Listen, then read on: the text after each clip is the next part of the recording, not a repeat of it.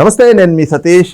ఎన్నికల వేళ రాజకీయం మొత్తం కూడా కడప జిల్లా చుట్టే తిరుగుతున్నట్లుగా కనిపిస్తుంది. ప్రధానంగా ఏదైతే వివేకానంద రెడ్డి హత్య కేసు అనేటువంటిది 2019లో జగన్మోహన్ రెడ్డికి ఉపకరించిందేమో కానీ ప్రస్తుతం ఉన్నటువంటి 2024 ఎన్నికల సమయంలో మాత్రం ఇది జగన్మోహన్ రెడ్డిలో ఒక అభద్రతా భావాన్ని లేదంటే కనుక భయాన్ని తారాస్థాయికి పెంచుతున్నట్లుగా కనిపిస్తోంది. దాని పర్యవసానాలే నిన్న పులివెందుల్లో జగన్మోహన్ రెడ్డి నామినేషన్ దాఖలు చేయడానికి వెళ్ళినటువంటి సమయంలో అక్కడ సభలో ఆయన మాట్లాడినటువంటి మాటలు. ఈ క్రమంలోనే ఏదైతే వివేకానంద రెడ్డి గారి సతీమణి సౌభాగ్యమ్మ గారు ఆవిడ రాసినటువంటి లేఖ, లేదంటే నిన్న వైఎస్ షర్మిల చేసినటువంటి వ్యాఖ్యలు, ఇవన్నీ కూడా పెద్ద ఎత్తున ప్రచారం జరుగుతూ నిన్నటి నుంచి కూడా రాజకీయంగా ఒక సంచలనం రేకెత్తిస్తున్నటువంటి క్రమంగా అయితే కనిపిస్తోంది. మరి నిజంగా ఏమిటి వివేకానంద రెడ్డి హత్య కేసు కానీ, నిన్నటి సౌభాగ్యమ్మ గారి లేఖ కానీ, లేదా షర్మిల వ్యాఖ్యలు కానీ ఏ రకమైనటువంటి పర్యవసానాలు అంటే జగన్మోహన్ రెడ్డికి తీసుకురాబోతా ఉన్నాయి రాజకీయంగా అనేటువంటి అంశాలు మనతో విశ్లేషించేందుకు ప్రముఖ రాజకీయ విశ్లేషకులు అడుసుమల్లి శ్రీనివాసరావు గారు ఉన్నారు. సార్ నమస్తే. నమస్కారం సార్, 2019 ఎన్నికల్లో ఒక ట్రంప్ కార్డుగా వాడుకున్నాడు జగన్మోహన్ రెడ్డి వైఎస్ వివేకానంద రెడ్డి హత్య కేసు. కానీ నిన్నటి పులివెందుల సభలో, నామినేషన్ సభలో ఆయన చేసినటువంటి వ్యాఖ్యలను ఎలా చూస్తారు? సౌభాగ్యమ్మ గారి లేఖ కానీ, లేదా నిన్న సాయంత్రం షర్మిల గారు చేసినటువంటి వ్యాఖ్యలు ఎలా చూడాలి? యాక్చువల్గా జగన్మోహన్ రెడ్డి గారు చాలా ఫ్రస్ట్రేషన్లోకి వెళ్ళిపోయాడండి. ఎందుకంటే మనం అనుకున్నదోటి జరుగుతున్నదోటి అవుతుందనుకోండి, విసుగు వస్తుంది. అది ఇంకా తీవ్రంగా మన ప్రతిదీ ఎదురు తన్నుతుంది అనుకోండి. అడుగు తీసి అడుగెట్టి ఏ పని చేసినా కానీ ఎదురుతో దెబ్బ తగులుతుంది అనుకో, చాలా నిరాశ నిస్పృహలకు లోనైపోయి ఒక రకం ఫ్రస్ట్రేషన్లోంచి కోపం కింద మారిపోతుంది. ఈయన అనుకున్నదోటి అందుకునే టైం అంటారు. అంటే జాతకాలు నమ్మని వాళ్ళు కూడా టైం బాబు, ఆ టైం బాగుంది, లేకపోతే టైం బాగోలేదు, ఇది వాడతారు. అది నిజమే అండి. నీకు కాలం కలిసి వచ్చినప్పుడు నడిచి వచ్చే కొడుకు పుడతాడని సామెత ఎలాగ ఉంది. కానీ కాలం కలిసి వచ్చినప్పుడు కొన్ని అంశాలు నీకు అనుకూలంగా మారిపోతాయి. గత ఎన్నికల ముందు అతనికి కాలం కలిసి వచ్చింది, దానికి తగ్గట్టుగా అనేక అంశాలు కలిసి వచ్చినాయి, వ్యక్తులు కలిసి వచ్చారు, వ్యవస్థలు కలిసి వచ్చినాయి. ఇలాగా అతనికి నల్లేరు మీద బండిలాగా సాగిపోయింది. చూడండి, అప్పుడు పైన మోడీ గారు అతను సహకరించాడు. చంద్రబాబు నాయుడు గారితో వైరం జగన్మోహన్ రెడ్డికి ఉపయోగపడింది. పక్కన కేసీఆర్ గారు ఈర్ష్యా ద్వేష అసూయలు జగన్మోహన్ రెడ్డికి ఉపయోగపడినాయి. గవర్నర్ నరసింహన్ కూడా తన పాత్ర తను పోషించాడు. విశ్రాంత అధికారులు, మాజీ జడ్జీలు, వ్యవస్థలో మోడీ గారు ఉంటే వ్యవస్థలు ఉంటాయి కదా, ఇలాగనమాట. అన్నీ బాబాయ్ మర్డర్ కేసు. అది కూడా వాళ్ళు ఎంత సునాయాసంగా సులువుగా తక్కువని మాసం కొట్టినట్టు కొట్టారు. మా ఇంట్లో కోడి మేము కోసుకున్నాం అన్నట్టు కోసేసుకున్నారు వాళ్ళు. మీ దొడ్లో కోడి ఉందనుకోండి, దాన్ని పట్టుకుని కోసేస్తారు కదా. మా ఇంట్లో కూడా మేము కోసుకున్నాం, మీకు ఎందుకు అన్నట్టుగా కోసేసుకుని చంపేసి అది వాళ్ళ మీద తోసేసారు. అసలు చాలా సింపుల్గా జరిగిపోయింది. అసలు ఈ వ్యవస్థలో ఇక్కడ చెప్తున్నాను నేను, వ్యవస్థలో ఎంత దారుణంగా ఎవరికి గాగడర్ వచ్చింది. దీని మీద మాట్లాడకూడదు, ఇంత మాట్లాడకూడదు అంటే ఇదేం ప్రజాస్వామ్యం అండి? అలా ముక్కల కింద జరిగి చంపేస్తారు, దాని మీద మాట్లాడకూడదు అంటే ఎలక్షన్లో. మరి ఏం మాట్లాడాలి ఎలక్షన్లో? జయరామ శ్రీరామ అనుకుంటే భజన చేసుకోవాలా? అసలు మనం కొందరిని విమర్శించకూడదు, మాట్లాడకూడదు అంటారు. దాన్ని అడ్డం పెట్టుకుని వాళ్ళు ఇలాంటి వ్యాపారం చేస్తారు. అప్పుడు ఆపద్ధర్మమైన టీడీపీ ప్రభుత్వం ఉండబట్టి పోస్ట్ మార్టం అది జరిగింది. లేదంటే అప్పుడే దుకాణం సర్దిచ్చేద్దరు వాళ్ళు. వీళ్ళ మీద శాశ్వతంగా లేకపోతే గుండెపోటు కింద క్లోజ్ చేసేద్దరు, ఎవరు ఆ అకౌంట్ క్లోజ్ చేసేద్దరు. గుండెపోటు ఖాతాలో పడద్దరు దాన్ని. మొత్తం మీద అది అయినా దాన్ని వాడేశారు. జరిగిపోయింది, బయటకు వచ్చేసింది, అమ్మని అమ్మ అనుకున్నారు. అయినా కానీ వాళ్ళకి అలవాటైన విద్యలో అప్పుడు వాళ్ళ మీద మోజు ఉండటం వల్ల వాళ్ళు చెప్పింది తిన్నారు జనం. అనుమానాలు అప్పుడు ఉన్నాయి. వీళ్ళు వేసేసారా అని చెప్పి నేను ఖచ్చితంగా వాళ్ళు వేసేసారు అనుకున్నాను. చాలామంది అలాగే అనుకున్నారు. మొదట గుండెపోటు అనగానే ఏమో చచ్చిపోవడమో అనుకున్నాం గుండెపోటుతోటి. కానీ ఈ దృశ్యాలు బయటకు వచ్చిన తర్వాత ఖచ్చితంగా వీళ్ళు వేసేసారా బాబు అనుకున్నాం. ఇది వాళ్ళకి ఉపయోగపడింది, కోడికత్తిలాగే ఇది. తర్వాత ఈ 5 ఏళ్లలో ఇతను దాన్ని వీళ్ళతో వాళ్ళ చెల్లెళ్ళతో సఖ్యంగా ఉండి, అంటే మనసు ఉండాల. నీవు తప్పులు చేసావు, ప్రజాధనం కొల్లగొట్టేసావు, వాళ్ళ నాన్న అధికారాన్ని అడ్డం పెట్టుకుని కొట్టేసాడు కదా. దాంట్లో వాటా ఆవిడకి ఇచ్చేసి ఉంటే దుబ్బేసిందే కదా. నీకు రోడ్డు మీద దొరికిన డబ్బులు సిరిసగం ఇస్తాను నీకు చెప్పేటి. జైల్లో ఉన్నావు కాబట్టి అధికారం వచ్చింది, ఎంతో కొంత సింపతి పెరిగింది. మామూలుగా నీ ముఖం చూసి ఎవడేస్తాడే ఓటు, నువ్వేం చేసావని వేస్తారు. ఏదో పోరాడాడు, అందరూ ఏడిపిస్తున్నాయి కుర్రాడిని బెయిర్కి ఇచ్చారని నమ్మించగలిగావు. వాళ్ళకు ఉన్నదా నువ్వు 1,00,000 కోట్లు కొట్టేసి ఉంటావు, ఎవరు తింటలేదండి అనేటువంటి స్టేజ్ కూడా వెళ్ళిపోయారు జనం. అవును. అధికారం వచ్చిన తర్వాత ఆ చెల్లెలకి ఏదో పదవి ఇవ్వచ్చు కదా. అలాగే సునీతారెడ్డి గారి విషయంలో, వాళ్ళ నాన్నగారి మర్డర్ విషయంలో ఆవిడ్ని ఎలాగ కన్విన్స్ చేయలేరు. ఎందుకంటే ఆవిడకి దిగ్భ్రాంతికి గురైపోయి ఉంటుంది. వీళ్ళే ఉన్నారా అనేటువంటిది ఆవిడ ఊహించలేకపోయింది. ఒకవేళ ఉన్నారని అవినాష్ రెడ్డి గారిది ఎస్టాబ్లిష్ అయిన తర్వాత కూడా అప్పుడు కూడా నువ్వు ఆ సిట్ ద్వారానే అతను అరెస్ట్ చేయించి మళ్ళీ కేసు వాయిదాలకు వెళ్తుంటే ఆ కేసు అలాగే ఉంటుంది. కోర్టులో ఉంది కదా, ఏం మాట్లాడుతున్నావు అనొచ్చు. అది చేయలేదు, కాపాడతానికి ట్రై చేస్తున్నట్టు వాళ్ళు దీని వెనకాల మీరే ఉన్నారేమో అనుమానం వచ్చేలా చేశారు. ఇప్పుడు వాళ్ళు ఎంతవరకు వెళ్ళి సిబిఐకి వెళ్ళింది ఆవిడ. సిబిఐకి వెళ్తే సిబిఐ మొత్తం ఏం చేశారు, వాళ్ళు ఎంత దర్యాప్తు విషయాలు బయట పెట్టకుండా ఇతను అరెస్ట్ చేయకపోయినా దర్యాప్తు అయితే చేసేసారు, ఎస్టాబ్లిష్మెంట్ అయితే అయిపోయింది, ఛార్జ్షీట్ కూడా వేసేసారు. ఒక అప్రూవర్గా మార్చి మొత్తం బొమ్మలు ఆగేసాడు రామ్ సింగ్ అన్నాడు. అందుకని అతని కేసులు పెట్టి అతను చంపేస్తాను కూడా బెదిరించారు. వాళ్ళు అలా చేసి కొద్ది వాళ్ళకి ఇంకా ఒళ్ళు మండిపోయి వీళ్ళు బయటికి రాకుండా బిగిచ్చేసారు. వాళ్ళు పైన వాళ్ళు ఎంత సహకరించినా అప్రూవర్గా మారినాడు మొత్తం బొమ్మ చెప్పేసాడు. ఇక వీళ్ళే చేశారు. మొన్నటిదాకా మనం అవినాష్ రెడ్డి సూత్రధారం అనుకున్నాం, కాదు అతను కూడా పాత్రధారి అనేటువంటి విషయం నిన్న కాకమని చెప్పాడు. జగన్మోహన్ రెడ్డి గారు నువ్వు చేసేయి, నేను ఉన్నాను నీకు వెనకాల అనేటువంటి మాట చెప్పాడు కదా. రేపు మాపు ఈ వారంలో ఆవిడ బాంబు వెళ్తుంది. గూగుల్ టేక్అవుట్ ద్వారా ఫోన్లు ఎవరికి వెళ్ళి ఎవరెవరు ఎక్కువ ఇన్వాల్వ్ అయ్యారు, ఎవరు చూసారు ఈ సొంతంగా లైవ్, ఇలాంటివన్నీ వచ్చేస్తాయి బయటికి, గ్యారంటీకి వస్తాయి. ఇది ఆల్రెడీ ఛార్జ్షీట్లు ఉండి ఉంటుంది, మనకు బయట రాలేదు. కానీ ఈవిడ కక్షిదారు కాబట్టి ఈవిడికి మొత్తం సమాచారం వాళ్ళు ఇస్తారు. ఇలాగా ఈ విషయం మనం తగిలేసుకుందరా బాబు, దీన్ని ఎంత అబద్ధం ఆడినా కానీ వెళ్ళట్లేదు, జనాల్లోకి నమ్మట్లేదు. ఇంకా కొన్నాళ్ళు నమ్ముతారు. నువ్వు మొత్తం పొట్టకొత్తాన్ని అబద్ధాలు మాట్లాడితే నిన్ను ఎవడు నమ్ముతాడు? పచ్చి అబద్ధాలు మాట్లాడుతూ గుడకరాయిచ్చి కొట్టి చంద్రబాబు అని, లేకపోతే ఇన్సైడర్ ట్రేడింగ్లు అని వాళ్ళు ఏమీ చేయకుండానే ప్రజలు కళ్ళతో చూశారండి చంద్రబాబు గారి హయాంలో. చిన్న చిన్న పొరపాట్లు జరగకుండా ఉండవు ఏ ప్రభుత్వంలో అయినా. అవి ఇగ్నోర్ చేస్తారు. నువ్వు చేసిన ఇప్పుడు పాము గరిచిన దానికి సీమ గరిచిన దానికి తేడా లేదు. వాళ్ళ సీమ గరిచింది కదా, వాళ్ళ వంకెట్కి వీళ్ళు పాములో గరిచేస్తుంటే జనాలకి అర్థం అవుదా ఎన్ని బాధలు పడిపోయి. ఇతని పరిపాలన సులభంగా ప్రజలకు ఆకట్టుకునేలాగా ప్రజా అనుకూల నిర్ణయాలు తీసుకుని ఉంటే ఈ మర్డర్ కేసుకు పట్టించుకోపోతారు నిజంగానే. వాళ్ళకి నొప్పి వచ్చేటప్పటికి వాళ్ళకి సెగ తగిలేటప్పటికి మొత్తం అన్నీ పట్టించుకుంటున్నారు. అందుకని అంటారు కాలాన్ని సర్పంతో పోల్చుతారు, కాల సర్పం అంటారు. కాల సర్పం కాటేసిందంటే దానికి తిరిగి ఉండదు. ఇప్పుడు ఆ కాల సర్పం ఈయన కాటేసింది, ఇంక దీన్ని తప్పించుకోలేడు. ఒక పక్క చేతకాని దద్దమ్మ పరిపాలన అంటే నువ్వు అభివృద్ధి చేయలేకపోయావు, మన హక్కులు సాధించలేకపోయావు, ఫెయిల్యూర్ కదా. రెండు, నీ ఉన్నంతలో నీకు అనుకూలంగా ఉండి నువ్వు చేయగలిగిన పని ప్రజలందరి చేత మంచి అనిపించుకునే పరిపాలన చేయాలనుకున్నావు, చేయలేకపోయావు.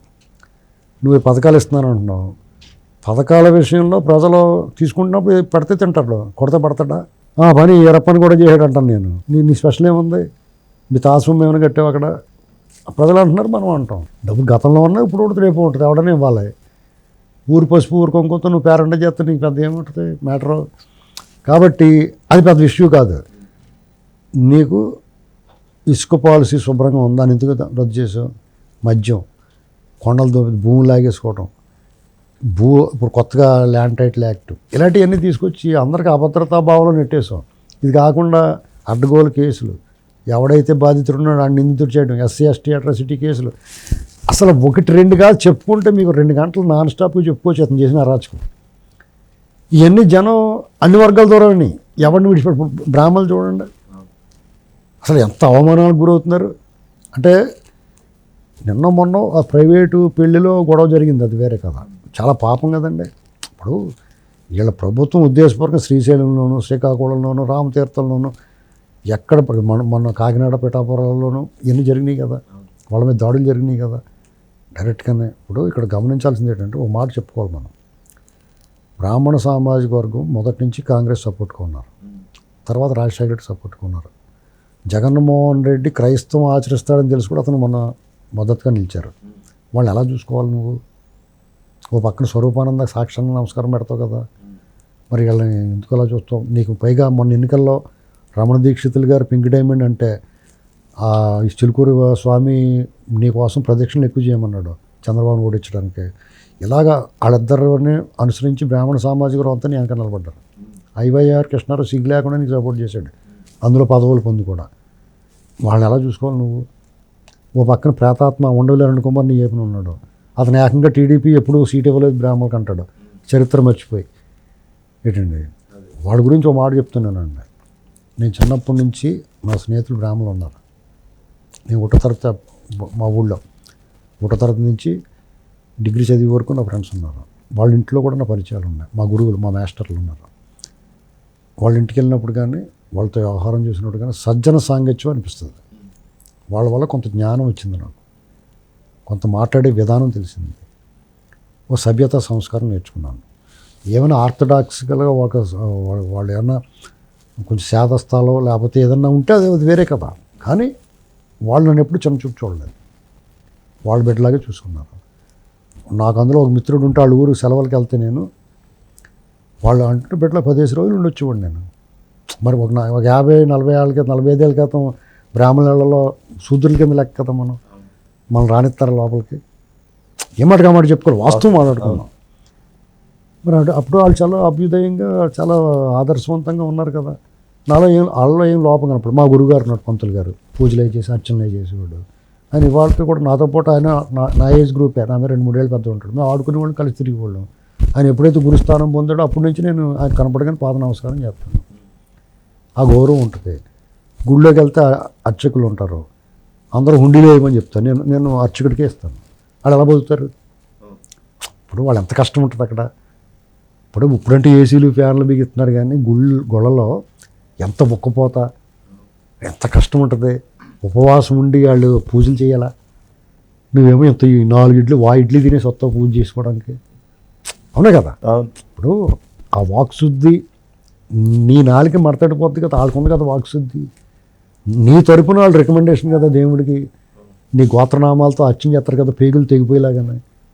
ఇవన్నీ ఎందుకు ఆలోచించాలంటున్నాను నేను. ఇప్పుడు మీ ఇంటికో పార పనికో మట్టి పనికో కూలోని పెట్టుకుంటావు, వాడు వచ్చి పని చేస్తాడు, సాయంత్రం కల్లా డబ్బులు ఎత్తాడు బతిమాలి. అలాంటిది చాలా గౌరవంగా, చాలా నామమాత్రపు దక్షిణతో, నామమాత్రపు పరిస్థితి నువ్వు ఇచ్చి ఇవ్వకపోతే కూడా చెడకోపం పెట్టి ఆర్పిచ్చి పంపిస్తాడు కదా. నువ్వు ఎందుకు ఇవ్వరా అని అడగడు కదా. దైవ సన్నిధిలో ఉండి ఒక పవిత్రత, నువ్వు నమ్ముతున్నావు కాబట్టి నమ్మనోడే వదిలే. వాళ్ళ మీద దాడి చేయటం ఎంతవరకు కరెక్ట్? రాజకీయ పార్టీలైనా ప్రైవేట్ వ్యక్తులైనా ఇది తప్పు కదా. ఇలాగా ఆయనకి అనుకూలంగా ఉన్న వర్గాలు మొత్తం అందరినీ దూరం చేసుకున్నాడు. వైశ్యాసు వాళ్ళు వ్యాపారాలు చేసుకుంటూ వాళ్ళు శాంతి భద్రతలు ఉండి ఎవరితో గొడవ ఉండకూడదు బాబు, అంతా బాగా అందరూ హాయిగా ఉండాలి, గొడవ లేకుండా అనుకుంటారు. వాళ్ళకి అభద్రతా భావం, వాళ్ళ మీద దాడులు. పోనీ కార్మికులను వదిలేసావా? ఇసుక మీద ఆధారపడిన భవన నిర్మాణ కార్మికులు, ఇలాగ ప్రతి ఒక్కళ్ళని ఇబ్బంది పెట్టేసి ఫస్ట్ స్టేషన్లోకి వెళ్ళిపోయాడు.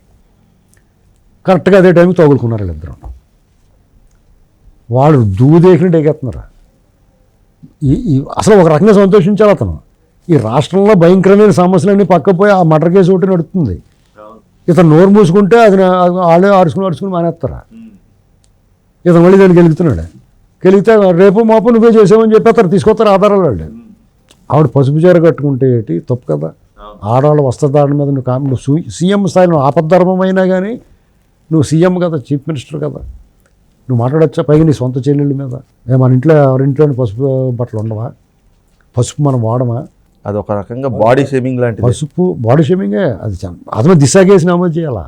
అతను తీసుకొచ్చిన చట్టం. ఆడవాళ్ళని సైగ చేస్తే కూడా తప్పు. వాళ్ళ వంక చూసి సైగ చేస్తే కూడా నేరం. అటువంటి వాళ్ళు ఏకంగా నువ్వు ఆ చీరలు కట్టుకుని వాళ్ళకి ఇదైపోయో పసుపు బొకే ఇచ్చో వెళ్తారండి. వాళ్ళ అబ్బాయి పెళ్ళి, వాళ్ళ నాన్నగారి స్నేహితుడు. నిత్యం రాజకీయమేనా? ఇంటిమే కాకమ్మా యమగోళ సినిమాలలాగా ఆ ఇంటిమే కాకి ఇంటిమే వాళ్ళతో కాల్చి పడేయాలా? అలాగని నువ్వేమైనా ఆవిడ దగ్గర చేర్చుకున్నావా? నీ ఇంటికి వచ్చినప్పుడు కూడా నువ్వు ఎలా ట్రీట్ చేసావు? చంద్రబాబు గారి ఇంటికి వెళ్తే నువ్వు అంటున్నావు కదా బద్ధశత్రువు అని, బద్ధశత్రువు కూతురు వస్తే ఎలా ట్రీట్ చేసాడైనా? ఎవరికి వాళ్ళ ఇంట్లో వాళ్ళ డైనింగ్ టేబుల్ దగ్గరికి ఎంట్రీ ఉండదండి రాజకీయంగా. ఎవరికైనా ఎవరైనా బంధువులు ఎవరైనా వెళ్తారేమో, ఎవరైనా సరే వాళ్ళ ఆఫీసులోనే కింద హాల్లో కూర్చోబెట్టి మాట్లాడి పంపిస్తారు. అలాంటిది ఈవిడ వాళ్ళ ఇంట్లో తీసుకెళ్ళి కూర్చోబెట్టి మాట్లాడారు, తన స్నేహితుడు కూతురుగా. నీకంటే రాగద్వేషాలు లేకుండా పోయో. ఆయన రాగద్వేషాలకు అతీతంగా ఉంటాడు. నీకు సెన్సెస్ లేవు. నీకు స్పృహ లేదు. ఆయన అలా కాదు, దానికి అతీతంగా ఉంటాడు. ఆయన ఎవరన్నా దూషించినా దానికి అతీతంగా ఉండి వాళ్ళు ప్రేమిస్తాడు. ఇక్కడ ఇద్దరు క్యారెక్టర్లు బయటపట్టలేదు. ఏ రోజన్నా చంద్రబాబు నాయుడు గారు ఆయనకి బద్ధ విరోధుల గురించి, రాజకీయాల్లో బద్ధ విరోధులు ఉంటారు కదా, ఇప్పుడు ఆయన రాజకీయంగా అనేక మంది విరోధులు ఉన్నారు. పురంధరేశ్వరి గారు వాళ్ళు కూడా నిత్యం విభేదించుకున్నారు కదా. ఏ రోజన్నా మహిళల్ని ఎప్పుడైనా కించపరిచాడా? అంత ఎందుకంటే ఆ పిశాచం లక్ష్మీపార్వతి గురించి ఎప్పుడన్నా నోట్లోంచి మాట్లాడాడా? ఏం మాట్లాడలేడు ఆయన. ఏకంగా నువ్వు నీ సొంత చెల్లెలు మాట్లాడేసావంటే నీ క్యారెక్టర్ ఏంటి? ప్రజలు ఏమనుకోవాలి? నీకు మళ్ళీ ఛాన్స్ ఎందుకు ఇస్తారు? అది ఒక ఛాన్సే లాస్ట్ ఛాన్స్ అని ఆల్రెడీ డిసైడ్ అయ్యారు. ఇప్పటికీ లేట్ అయిపోతున్నారు. ఏగరగా వెయిట్ చేస్తున్నాను నిన్ను ఎప్పుడు ఇంటికి పంపిద్దామని. పైగా అతను చిన్న పిల్లోడు అంటున్నావు. తాడి చెట్టులాగా ఉన్నాడు, రేలో తాడిలాగా అతను చిన్న పిల్లడు ఏంటండి, 2 సార్లు ఎంపీ అయ్యాడు. పైగా వాళ్ళ మామయ్య చెప్తున్నాడు అక్కడ చంపేసి కట్లు కట్టి తుడుతుంటే చూస్తూ ఉన్నాడు, ఏమో తేలిక అమాయకంగా అంటున్నాడు. ఎంత దారుణం అండి ఇది.